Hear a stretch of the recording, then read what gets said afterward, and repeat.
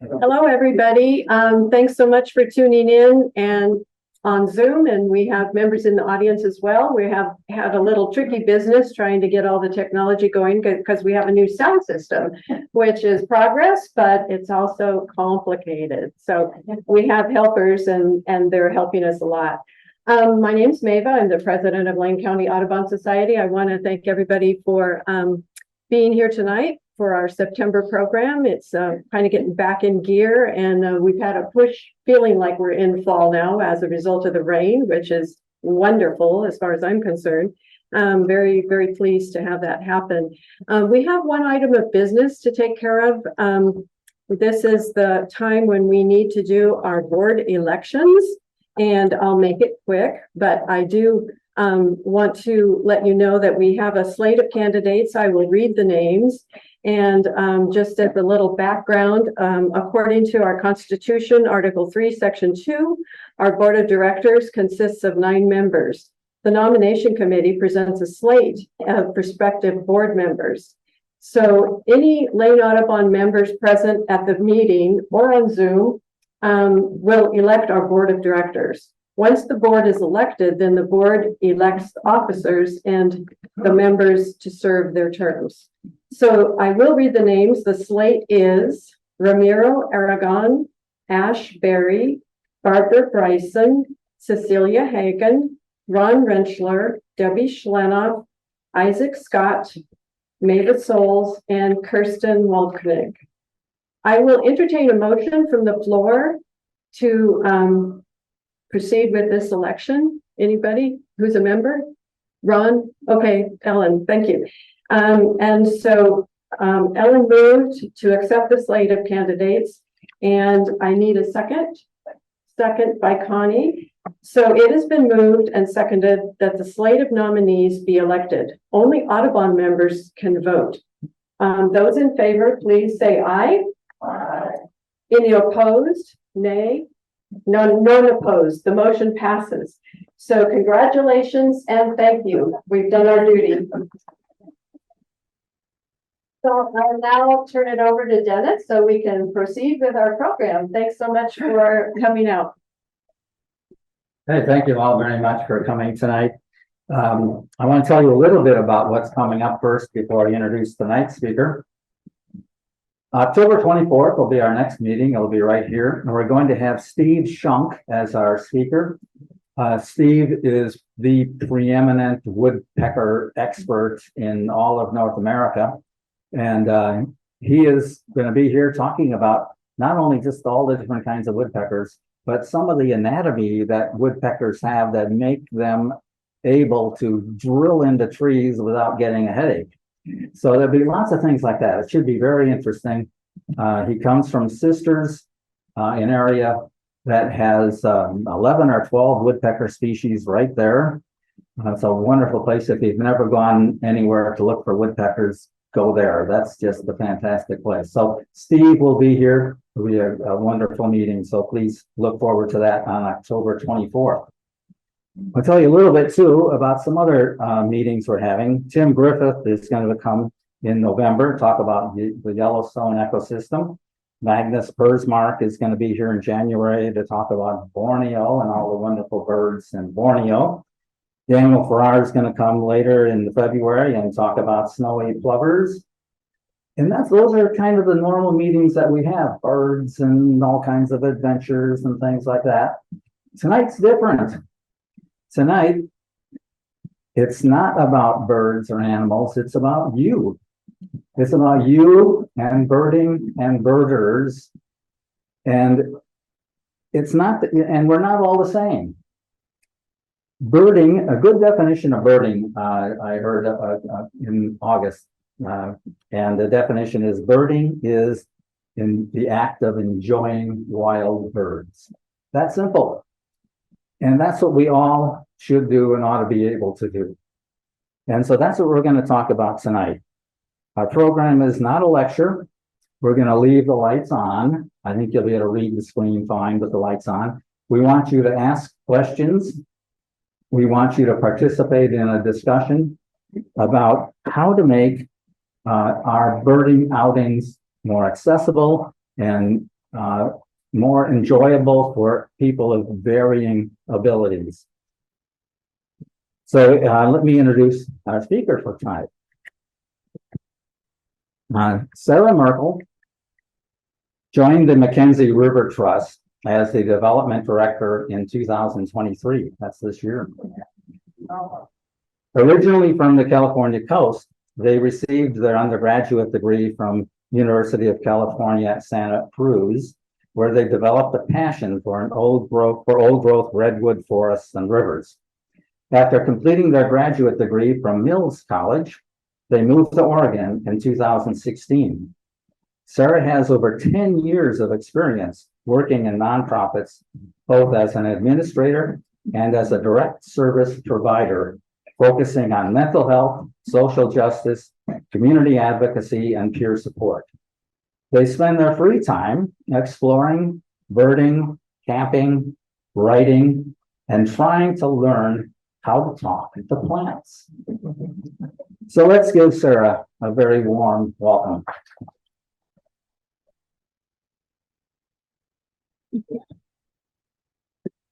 Hi, is this good? I'm terrible at talking to the microphone.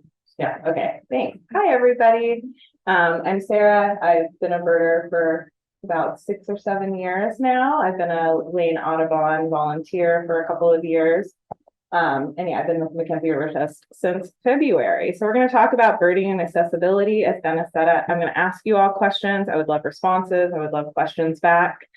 So yeah, we're going to talk about how we make birding more accessible, what makes birding accessible, and how we can all participate in that. So yeah, as Dennis alluded to, there's lots of ways to enjoy birds, from sitting out in your backyard on your porch and listening to bird song, to going on a walk in your neighborhood, or, you know, going on a world trip to Borneo just to go birding. There's lots of ways that we can do that. And together we can make birding more welcoming, more safe, more accessible, and more inclusive for everybody who would like to get out and participate. So, let's see. Is there a way to, all right, this is not my normal setup either. So what are some things that do you think are barriers to people being able to get out into nature and enjoy birding? That comes to mind. Transportation, that's a big one. COVID, yeah, not wanting to be in groups. Not knowing how long the walk. Not knowing how long the walk would be. Not there with like gear and stuff, or it's not a pleasure or not. Not having the right gear, having weather, yeah, a factor. Yeah. Don't let morning. Sorry. Feeling intimidated. Feeling intimidated. That's a big one in birding. Feeling like it's maybe a little gate kept, or you're a little shy about getting out there, saying the wrong thing. The cost of binoculars and scopes. You want to talk shorebird season right now? You can't even really get out there without a scope and do any good shorebird ID. Some of us, even with the scope, can't do it. Those are all great answers. So there's lots of barriers is the point. Even living somewhere like we do here in the Eugene Springfield area, where we have so many beautiful natural areas accessible to us, there's still lots of factors. There's safety to be considered, where some folks don't feel comfortable being outside in natural spaces, particularly alone. They aren't sure what the terrain is going to look like. They might be using a mobility assistance device that isn't compatible with all terrains. Yeah, there's lots of things. So how can we make birding more accessible? And this is particularly geared at folks who are planning bird outings, but also if you're just going with friends or family or within your community. So I always like to start the walk with introductions. I do my introductions by inviting people to, if they would like, share their name, their pronouns, and a bird they would like to see that day. We used to ask other questions and it felt a little inaccessible because not everybody had answers to a more complex birding question or new things, but almost everybody, even if it's their first time out, can say one bird they'd like to see that day. We can include in-depth information about trail accessibility when you're doing your outreach so that people know what to expect. And we're going to look in a couple of slides at what that can look like and some resources that we have available here in our community for sharing that information. In my outreach emails, when I do my events that I plan, my bird outings, I always ask people to please share any accessibility concerns that they might have prior to the event so we can see what kind of accommodations can be made. We always bring 2 scopes, and we have one that's set at a higher height, one that's set at a lower height, usually one with a tilted eyepiece and one with a straight eyepiece to make people feel a little more comfortable utilizing it. We also, in the time of COVID, have started bringing little disinfectant wipes if people feel more comfortable to wipe it off before they touch it and put their eye against it. We always also try to offer a guide on how to utilize optics. So we tell people how you can set binoculars, especially if you're using loaner binoculars, how you can set them for your particular eyes and kind of do some tests on, if we say there's something up here, how do you actually get your eyes on it? And having field guides available to share. So what are some other ways that we can make birding more accessible or welcoming? If you were coming to a bird outing, what would make you feel more invited in? Yeah. Knowing the terrain. Slope or hilly or gravelly. What are some ways that we could make people feel more welcome when they're coming to bird outings? What would make you feel more invited in and included? Oh, repeat the answer. Knowing the terrain, if it's gravelly, slopey, hilly, etc. Yeah. Knowing where a restroom is. That's a good one. How long it's going to take? How long it's going to take, distance covered. So on that note, how do we talk about terrain? So this is a great example of a local organization that has done a lot of work around accessibility of their trails. So this is a map of Mount Pisgah. And you can see that they have what they call their universal access loop down here along the water. And they have these other loops up around it as well. And they have on their website a pretty interactive map in addition to this map that says, how long is that trail? What do they mean by universal access? What is the incline? And they have an interactive map also of their entire park of where all the benches are located. So you could plan your outing and say, I want to make sure I pick a loop that has a bench every quarter mile, and you could go and plot it out. So they have worked with a consultant as well and done a lot of different types of improvements on their property. So this is one that I like to use as kind of a gold standard locally of the way that we could be working with partner organizations to do trail mapping that includes this type of information.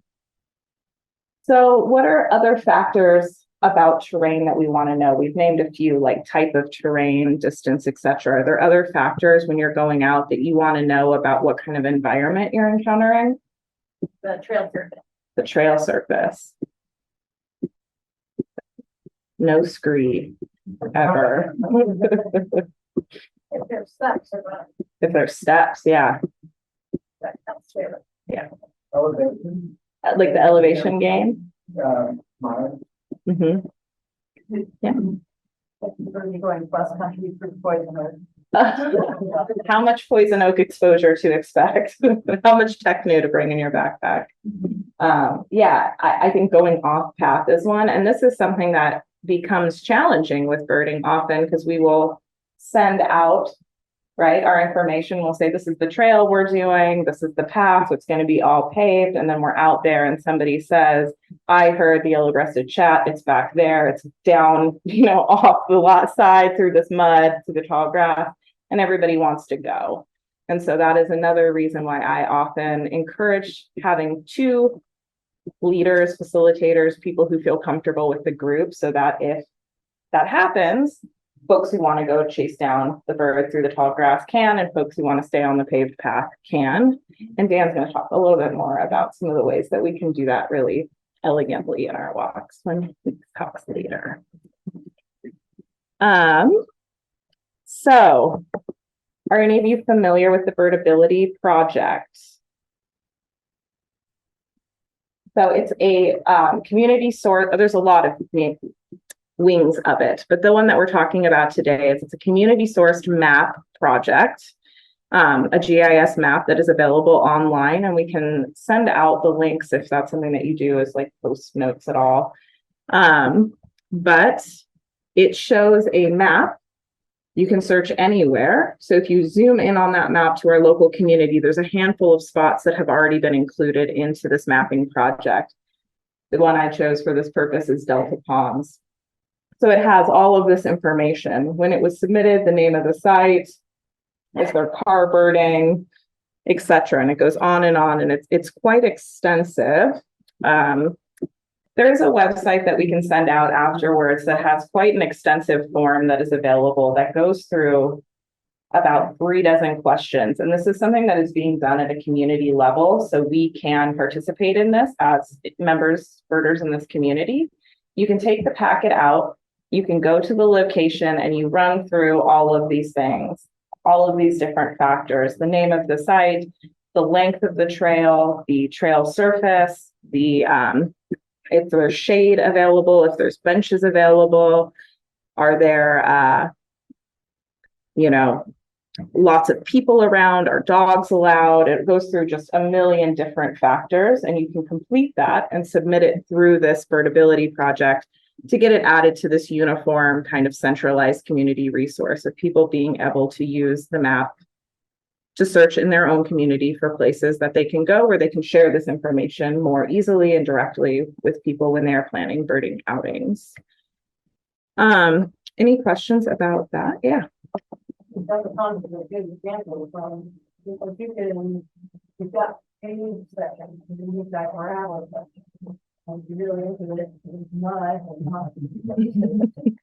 So say if you're a person on flexibility, how do you definitely get wrong that Delta and where the native goes, where it's tough, Yeah, so they can't, it's not like a live mapping of all of it, but they will include notes that say a quarter mile in, you can make a right onto a dirt path, or you can keep going straight to stay on the paved path. So it's quite extensive. And again, the packet is 8 pages long. It's quite a survey, and you don't need to complete all of the fields to be able to submit data, but it is helpful as much as you can. And we have about a dozen here locally in the Eugene Springfield area that have already been mapped and included. So how many of you plan bird outings with friends, family, each other?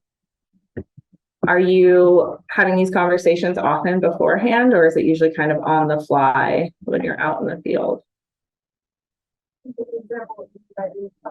These conversations about where are we going? How long is the walk? How long are we going to be out there? What is the pace we're planning to go? Or is it just like meet at 10, Fern Ridge, Royal Access, we're going birding?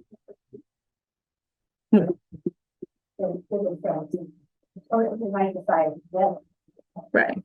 Have a conversation about it. Yeah, so this isn't right. This is not. Oh, if we provide where the starting point is on maps. So just to be clear, Birdability is a third-party project, a community source project. It isn't through Mackenzie River Trust. It's just a cool resource. But they do often show on here coordinates for where the starting point is. And I think that's just how they're mapping out the trail. But you're right that I could see how it's confusing. So there's about 18 ways to get into somewhere like Delta Ponds. But I think they provide a coordinate for what they're considering the starting point. Great. I'm just up to please. So if you're planning fucking some of the less able. Mm-hmm. I've had a couple of dads say, oh, first I'm going on house fire, and then to find out Mm-hmm. plan something correctly back all the way out. Right. So I'm wondering how you wrote that, especially with someone who's less interested. Yeah.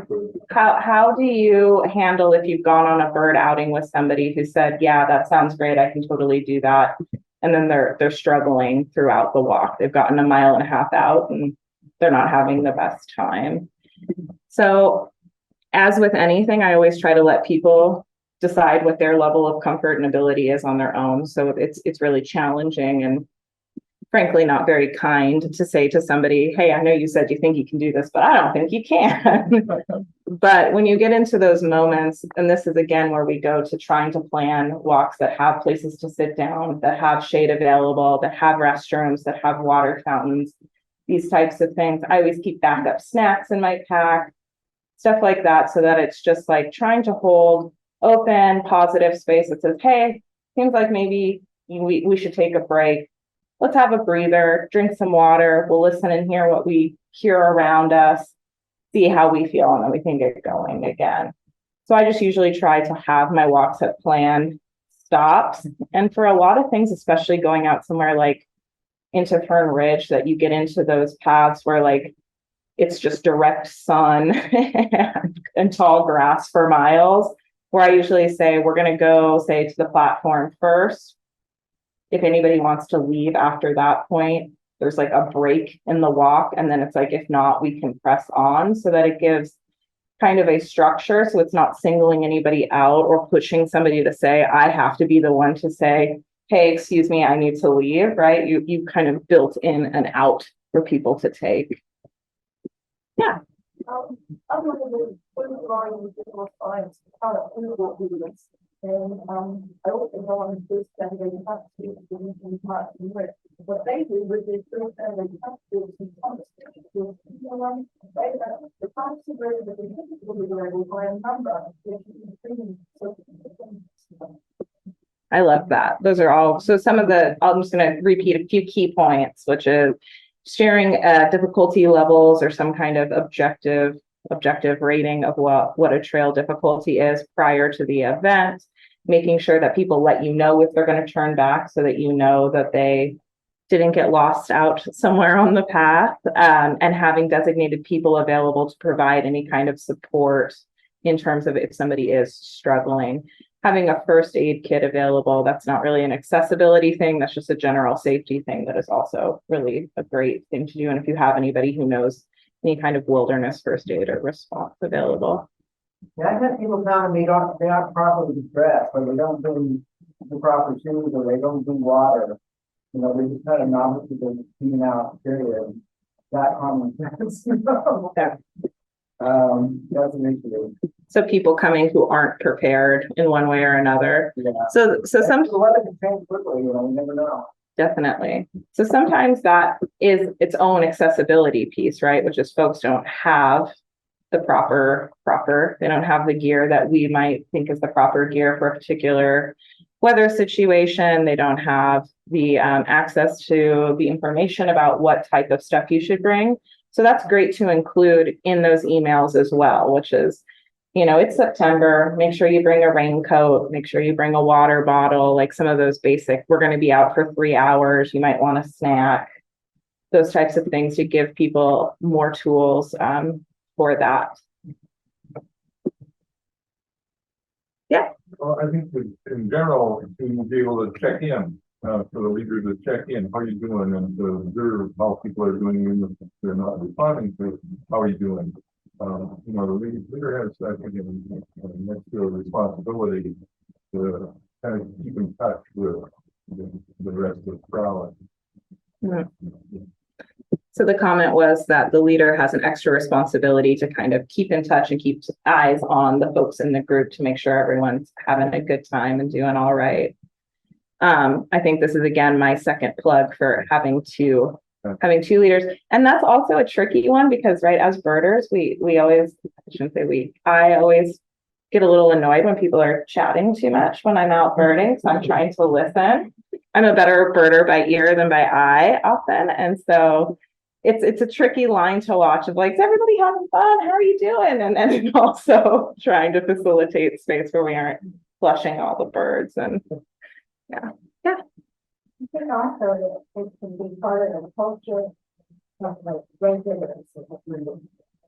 to bring in a new person to, make sure that it's one of them to kind of making fun and making feel knowing, you know, that there's a good feel, I think you feel so comfortable talking to the person who's actually reached out to them.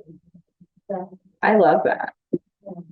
Yeah, as regulars in the bird walks, making sure that we are also connecting with new folks and making them feel comfortable and like they have somebody to come talk to and check in about. We talk a lot about language also with accessibility, and how we talk about birds. I know I am guilty of saying out loud funny sounding banding codes instead of saying full bird names when I'm birding, you know, oh, look, it's a tubu. And things like that, which also can be inaccessible for folks who are new and are like, what are you talking about? Like, I don't know that. So being mindful of the language that we're using as well is another good one. Yeah. I think it's important to have a bird book. I know people like to use their computers over the phone, but I prefer the book. Having a paper field guide. Yeah, that's a good one. Yeah. Yes. The question was, do we normally suggest a limit on how big the group can be? If I'm alone, I usually say 10 to 12. If I have a second leader, usually no more than 20. I feel like once you hit over 15 to 20, it starts to get real wonky and it's long and everybody's like, wait, what did you see? And by the time they get up there, it's gone. And it kind of ends up being two different bird walks or bird outings in my experience. And my little word slip also brings us to another good point about language. It's bird outings or birding versus bird walks, because not everybody who's coming out is walking.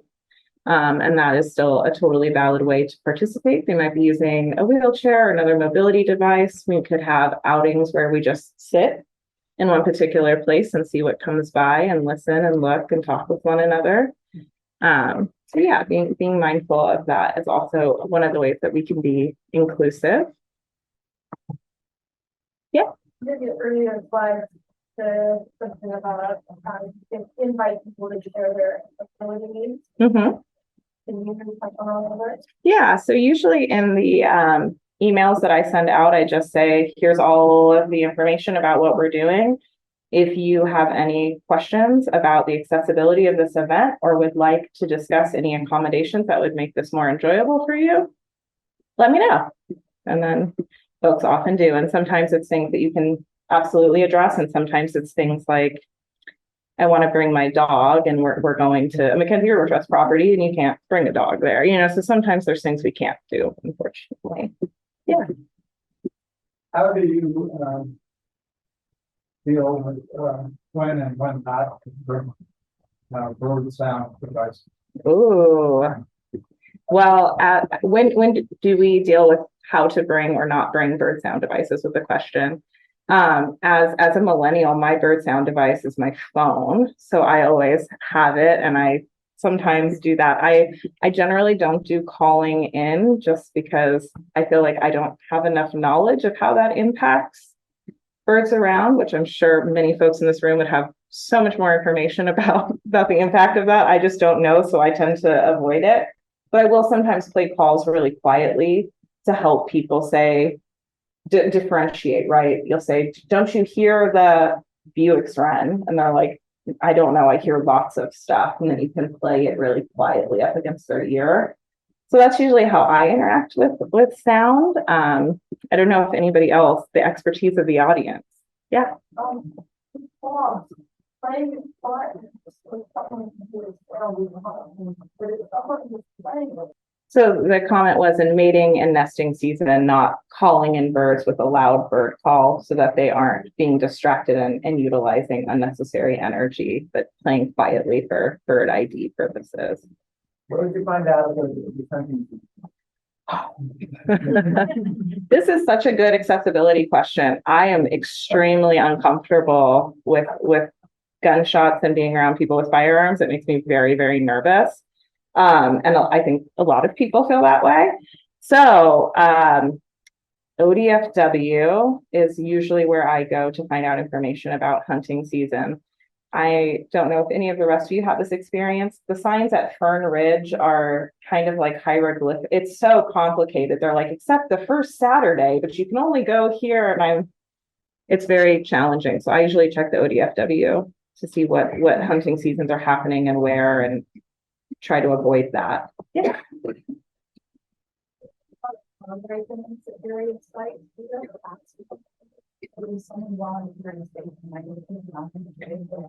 I have never done that, but I do tell folks if we're going to like Royal, we usually say that in the email, like this is a spot that's known for car break-ins.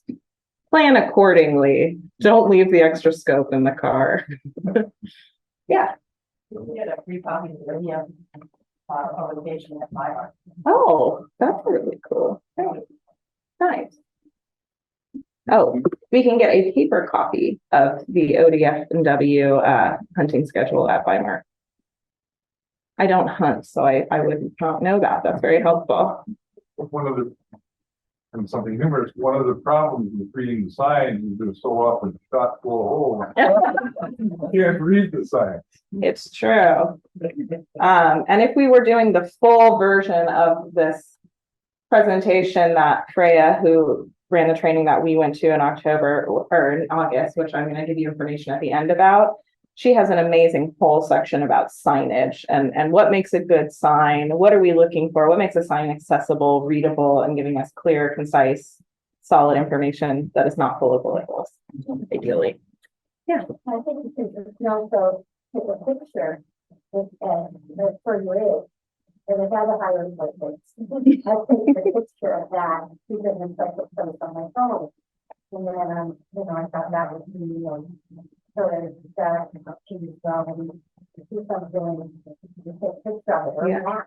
Yeah, taking a picture of signage and map was the comment so that you have them in your phone. I, for the first time this season, saved the image of all the Fern Ridge ponds onto my phone so that I could track when people were telling me where stuff was. My first year of remembering to do it, so. How easy they're valuable to try and go, even front, or, taking a look at them. Mhm. That's a good one, hiding valuables and not bringing them with you. Before I hand this over to Dan to talk and give us some wonderful information, I will do one other quick thing about accessibility and inclusivity. We're focusing a lot on different levels of ability, different types of ability, different ways of engaging with nature, and that's incredibly important and really relevant in our community. There's also all of the intersectional identities that play into that of folks who feel historically less welcome and less safe in nature, who are less welcome and less safe in natural areas. And so being mindful that part of accessibility is also making things inclusive. And that includes, creating spaces that are safe and welcoming and open for BIPOC folks, for LGBTQIA folks, for folks from all different backgrounds and experiences, people who maybe English isn't their first language, and all types of other ways that we can invite people into our community and have them feel safe and welcome and able to participate. Yeah, and we can talk more about that anytime you're interested. That's kind of my historical professional area of expertise. And now I'm going to ask Dan to come talk to us, please. Okay. So for those, many of you know me, for those who don't, let me give you a brief history of how I got there and how I got involved in this. Whoa, sorry. We lost someone. I taught anthropology at the university for some 35 years. Barbara and I now own the Wild Birds Unlimited store. Very involved in being out and leading trips. And then in 2019, life took a dramatic turn for me. I was diagnosed with leukemia. A rare form, the only kind potentially curable. I beat it. It's a rough trip, but I beat it. Almost 5 years now, free of it.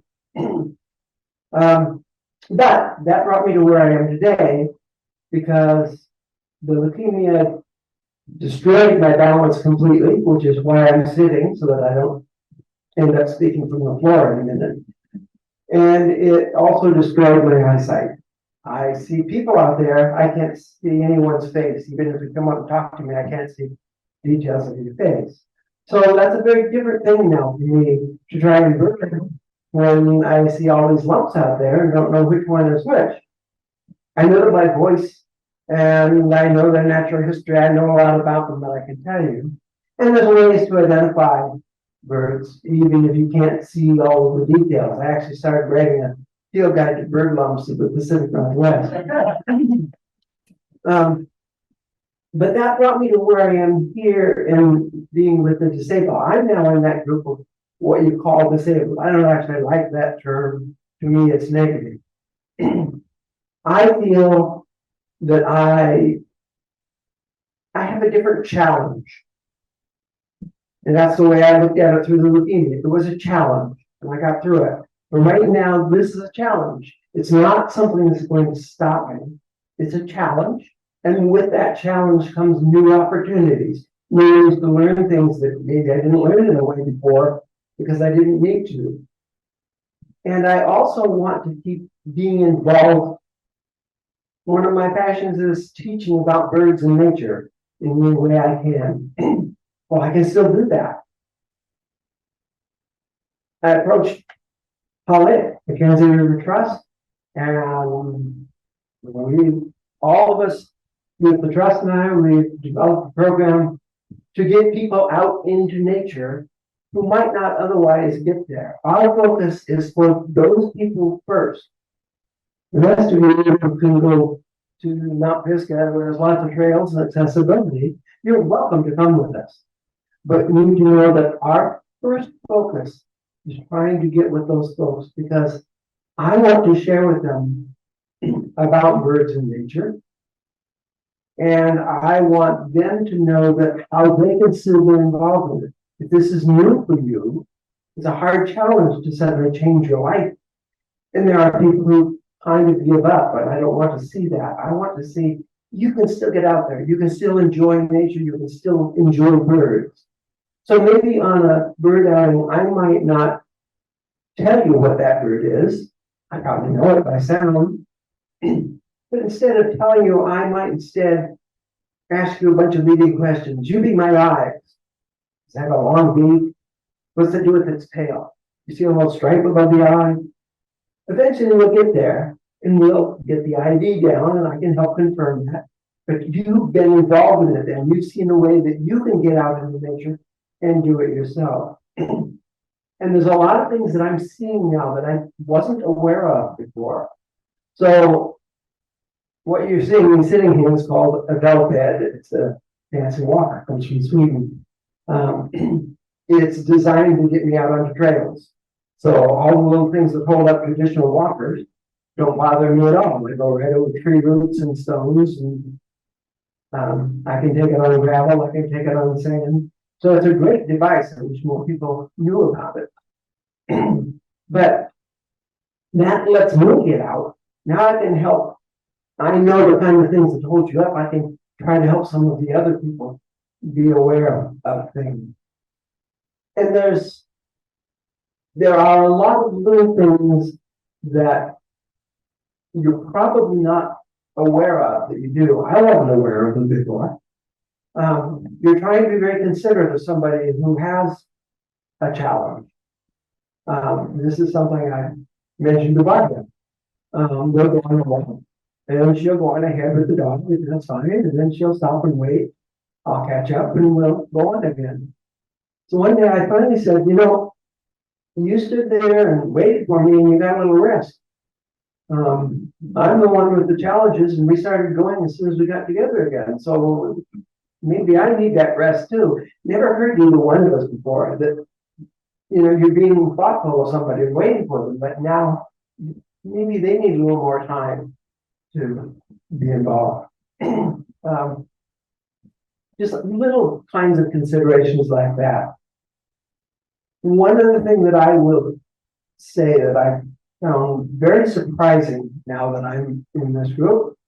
When Barbara and I used to go out bird watching, we'd go on delta ponds and we'd be looking at something. People would stop and be curious about what we're looking at and want to know what we're looking at. change. That's still there, but I've been surprised that there are a few people who treat me differently now. If you look at me, you can't tell there's anything wrong with my eyes. They look just fine. From your end, they don't look so hard from inside. But because I'm now using a walking device, people treat me differently. So I'm getting rid of the ponds. And there's an osprey up in the tree. Yes, we saw the osprey. But we're trying to figure out, is that a wren? Is that a sparrow? What is that down in the bush? And somebody came by and thought, oh no, that's an osprey up there. It's a big bird and it eats fish. Well, it's very good and rude and condescending to me. In the first place, I could spend the next hour telling you more about that bird than you probably already know. But don't treat us like we're 2-year-olds just because we're using another device for mobility. Our humans still work just fine. And it has happened more than once that I have been dismissed and treated in a condescending fashion. And the only reason that I can identify is that I'm using a walking device. So give us some credit for still having our brains intact. It's surprising to have to say that, but I've encountered it enough now that I want to put that thought out there. So I want to help people be out there. The trips we're doing are Nature Your Way. For a subtitle, outing with the blind naturalist. But I'm totally open about what happened to me, and if I'm open about it, maybe people relax a little bit around it. So all questions are fair game as far as I'm concerned. But not everybody is as comfortable with it. You need to be respectful of that. So instead of doing a traditional bird walk does put some people off because, oh, well, I can't really walk well enough. They're going to be way ahead of me, and so I won't go on this trip. So we're doing bird outings or nature outings. And with the trust, basically we're sort of in one place. We can see hear what's all around us. You can take a short walk and go do some birding. We have somebody there and talk about the mammals. And Barbara and I have started doing this through the store. Each month with the store, we do bird outings. And now we're doing them a 2-tiered approach. So 2-tier, you call it. The first tier is we will be there and we will take our time. That's year 2. Or that's 2. That's us. Okay. We're going to take our time. Year 1, you go out there, you do your traditional bird walk. That's fine. There are a lot of people who want to do that. It's a good thing to do. And that's 2. And that's Tim Griffith, yeah. Now, Barbara and I are going to stay behind those. We're going to go slow. I'm not fast anymore. We're going to go slow. And we're going to try to encourage those people who felt it too much of a challenge to go on the traditional bird walk to join us. And let's look at this more slowly. And let's still see that we can still be out in nature and still learn and still enjoy. That's about it. We got all the information up here about the second year and the other information that you all shared in your wonderful email that you sent out as well. How do people, email side or something? Yeah. Right now. Yeah, if you communicate with me before we leave, I will get information from you when I can send you. We send out an email to the store for all of the school bird walks. The store's Wild Birds Unlimited, and we're doing Tim Griffith used to own Wild Birds Unlimited store elsewhere in the country. He's moved here, and he wants to help out. So he's leading bird trips for us. He's also doing a presentation once a month in the store, and I'm doing a presentation once a month in the store. So get on our emailing list and you get all the information about those. And then we also do the ones for the And yes, and we're very involved. It's been a great pleasure to work with the Mackenzie River Trust, and it gives me, it feels good to be able to still have something that I can give that is of value to other people as well. Because I don't like to just sit around. I have these challenges now, but I don't want them to stop me. We all have our we can't do. I would venture to say that everybody in here, almost everybody at least, would probably say, I can't climb Mount Everest. Well, that's a camp, it's a bigger camp than some of mine, but there are limitations physically. I can't undo the damage that's been done to my eyes. But I don't let that stop me from the other thing. I don't want to say I can't in terms of I can't still be out in nature. I can't still do things. I can. And I'm going to. And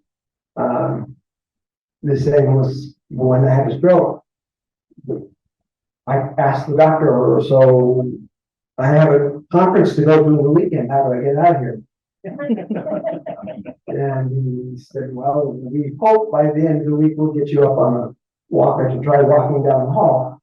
So I asked the therapist to come in. We did that the next day. I'm not too stubborn about that.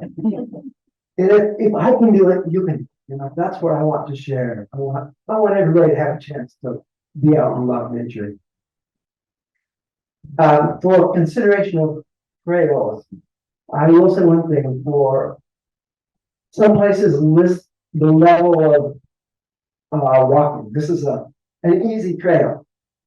Okay, it's easy for who? It's easy for you. Is it as easy for somebody in a wheelchair or walking device? So easy, moderate, hard don't actually have a lot of meaning. Be a little more explicit in what easy means. It's flat, level terrain. It's not, gravel path is difficult for conventional walkers. They don't go on them. This is paths, but most don't. So be as specific as you can and encourage people, find a way to try to encourage people to share what limitations they feel they have. If they're willing to, that can help you leading the trip in knowing maybe I won't go on this branch of the trail, I'll go over here. But try to, don't force anybody to say something they're uncomfortable with, but try to provide as much information as you can. That was awesome. Yeah. Anybody have any questions? I just thought one thing we have to talk about, I noticed that Cindy has a different time period that it's closed than Green Island. They closed at the end of October and similar, I think they opened at the end of March. And Green Island goes until what, the end of December? Yeah, March to December, the open days. Yeah. Yeah. Yeah, there will be different date considerations depending on what you're looking at, private property, ODFW property, or federal property. But, yeah. I was wondering if you work with any of, when you don't have a private transportation, whether you can a wheelchair walker. You have to manage terms for group transportation unless they have people. Yeah. Well, do you want to? Yeah. This is a good Yeah. plug. Talk about that. Yeah. Oh, sure. Do you mind if I? There you go. Set my foot close. Oh. Can you hear me okay? The question was about people who are using mobility devices that maybe don't have their own transportation. So if we Kinsey River Trust, we've actually been partnering with both the Land Lane and the City of Eugene, who both have transportation and have departments in adaptive recreation and inclusion services. And so the way that we've been viewing the partnership is that they can bring both the folks to the site. They can help transport mobility devices, and then the Kinsey River Trust can help provide the place. So that's one way we've been doing it. And then we've also partnered with the Wednesday Wheelers. If you're not familiar with the Wednesday Wheelers, so they're a group of community members who use wheelchairs, and they go to different, sites. They were going every Wednesday, and I think they'll kind of change that, but they're getting back on. Most of them do have their own vehicles.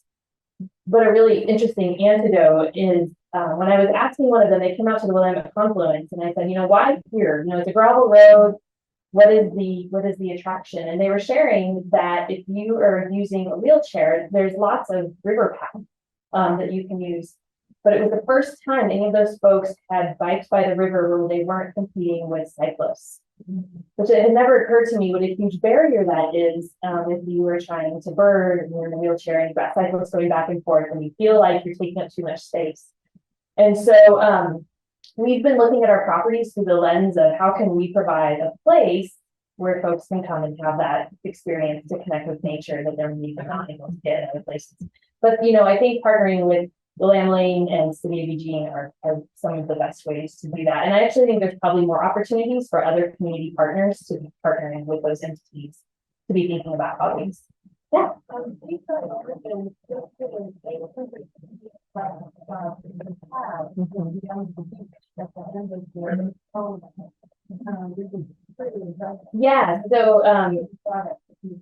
Yeah, so for those on Zoom, so Seaside just installed these panels that can go down on the beach and are removable based on the tide. So in order to provide access for those that are using chairs to be able to get down there.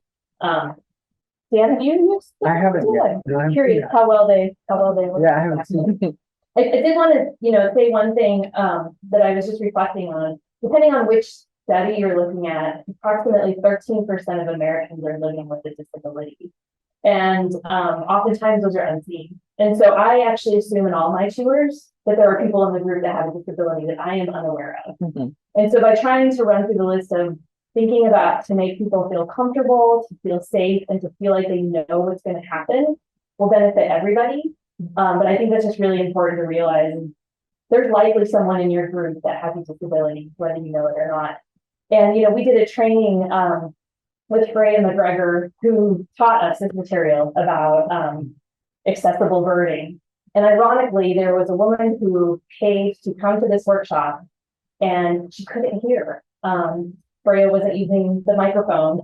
And this woman didn't have the courage to say, like, I couldn't hear the entire thing. And so hearing is just one other thing I want to talk about. We do a really poor job, I feel like, in the field at projecting and waiting to talk until the group is all together and repeating questions. But I think it's also worth looking at microphones for the field as well as another accessibility tool that is a pretty low investment cost that can really help people feel included in the tour. So,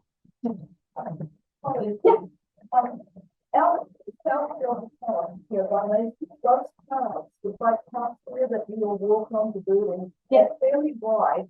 A lot of the other ones in the park are only like about 4 or 5 feet wide. But how is it something in military? Did they were going back to how they feel about those delta palm wide parks? Did it feel that wide enough for them? So the question was about like the width of the path, and are those really wide paths that are like 10 feet wide that were really designed for big vehicles so to be able to drive on, are those more comfortable? I think even a narrow path can feel comfortable. It's more who are you sharing the path with that creates the discomfort. It's more about having people going by you 20 miles an hour on a bike that maybe doesn't feel as comfortable, or feeling like you have to be to the very side so that you're not, in the way. I think that actually is a bigger issue. And that holds true for pedestrians too, right? Like those shared use paths can be problematic for making everybody feel comfortable and safe, I think. One other thing to consider on a path that I'll tell you.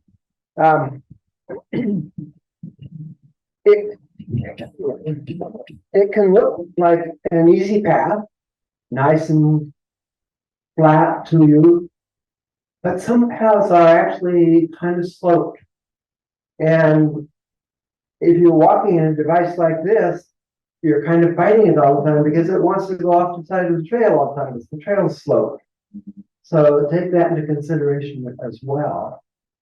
I felt a little problem myself sometimes along the bike path along the other ponds because people do come by pretty fast on bikes. And I try not to be in anybody's way, but I feel I have as much right to be there as they do, so they can look out for me in some ways. So, but yeah, that can be a challenge, the width of the trails. And there's places, like I say, I can go now with this that I haven't been able to go before. But I go right up and over tree roots and stones But if there's barriers where it squeezes together, there's one trail that was totally inaccessible to me. It's at an ELED facility. It's great. There's a gate and there's a way to go around the gate if you're skinny, but not if you have a device like this or a wheelchair. It won't go through. So either side of the gate, it's wonderful, but no way to get from one to the other. I just want to mention something, and I don't have answers, but we've been talking to a lot of groups. And one of the groups that I think is really significant for this whole effort is children. Yeah. Yes. Because they suffer a lot of how long is the trail? Do we take a drink? Do we use snacks? Do we sit down? And at the same time, I think they're one of the most important populations that we need to include, because we're not going to be here forever. And they're going to be, we want to include them. And I don't have an answer that I can say, but I just haven't heard it raised as such, and I'd like to raise it. So, and sometimes, Dan, you talk down to them like people talk down to you. Right. You know? Exactly. And we want to be careful about that. I think there's two levels of children. There's somebody wants to bring their child, and that's great. It's not a problem. And then there are trips more focused for children or groups of children, and that's a little different trip from a child that comes along on a different group. So you have to pay attention a little bit differently. I think we're about at time here. Yeah, okay. Do you mind, Dan? Do you have any closing words? Well, thank you all. Thank you, Dan.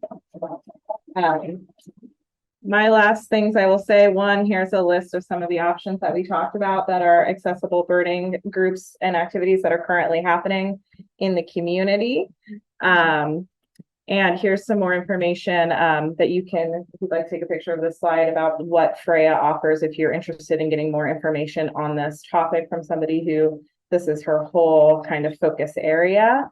And I will, as my last thing, say we didn't get into so many things that we could have talked about, different types of mobility devices that you might use, hiking poles, walkers, wheelchairs, etc.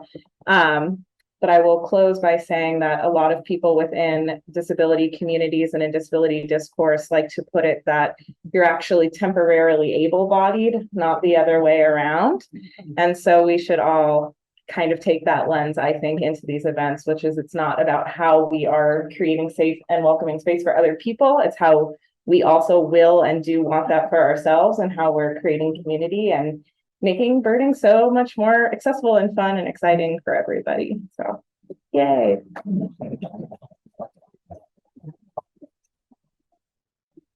Thank you very much, Sarah. I also wanted to be sure that we thanked Holly, who is the event coordinator at Mackenzie River Trust, for your words. Thank you very much. That was really good. And a real special thank you to Dan for his part today. That was, for me, it was, I don't know, I really loved everything you had to say. And I thought that, you know, what you did was fantastic. I thought this audience was just great. You had some wonderful questions. I think we brought up a lot of issues that just don't get talked about. So thank you very much. And thank you, Sarah. Okay.